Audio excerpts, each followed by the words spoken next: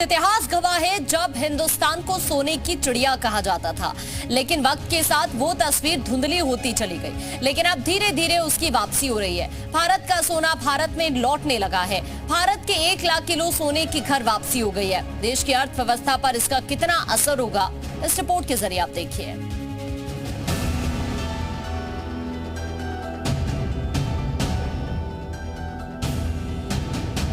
सोना ही सोना, हर रूप में सोना,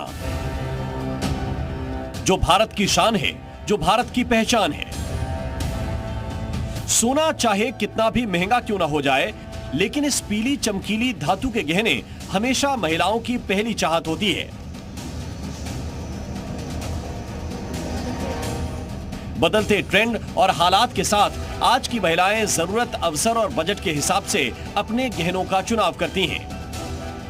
तो यही सोना हिंदुस्तान की अर्थव्यवस्था पर भी अच्छा खासा असर डालता है। भारत के खजाने में सोने का बड़ा इजाफा,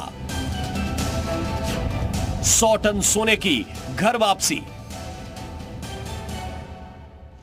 जी हां, यह बड़ा कदम उठाया भारतीय रिजर्व बैंक ऑफ इंडिया ने, जब उसने ब्रिटेन में रखे 100 टन से ज्यादा सोने की घर वापसी करवा दी।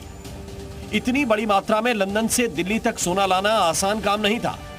ये 1-2 दिन का काम भी नहीं था, लेकिन ये सोना महीनों के समय और परफेक्ट प्लानिंग के बूते ब्रिटेन से लाया गया और अब भारत की तिजोरी में पहुंच चुका है। लंदन में भारतीय सोने का स्टॉक क्यों? दरअसल दुनिया भर के केंद्रीय बैंकों के लिए बैंक ऑफ इंग्लैंड पारंपरिक रूप से भंडारण करता रहा है। भारत भी इससे अलग नहीं है। आजादी से पहले से लंदन में भारत के सोने के स्टॉक पड़े हुए हैं। आरबीआई ने कुछ साल पहले सोना खरीदना शुरू किया था और तय किया था कि इसे कहां स्टोर करना है।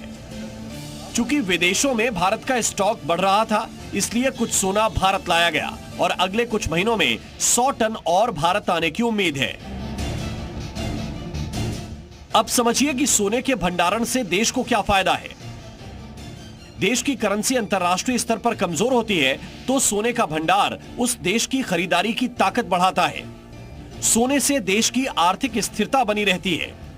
बहुत अधिक भंडार होने का मतलब है कि देश की अर्थव्यवस्था मजबूत है।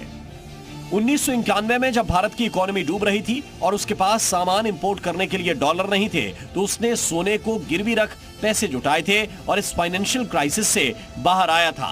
ब्यूरो रिपोर्ट, जी मीडिया।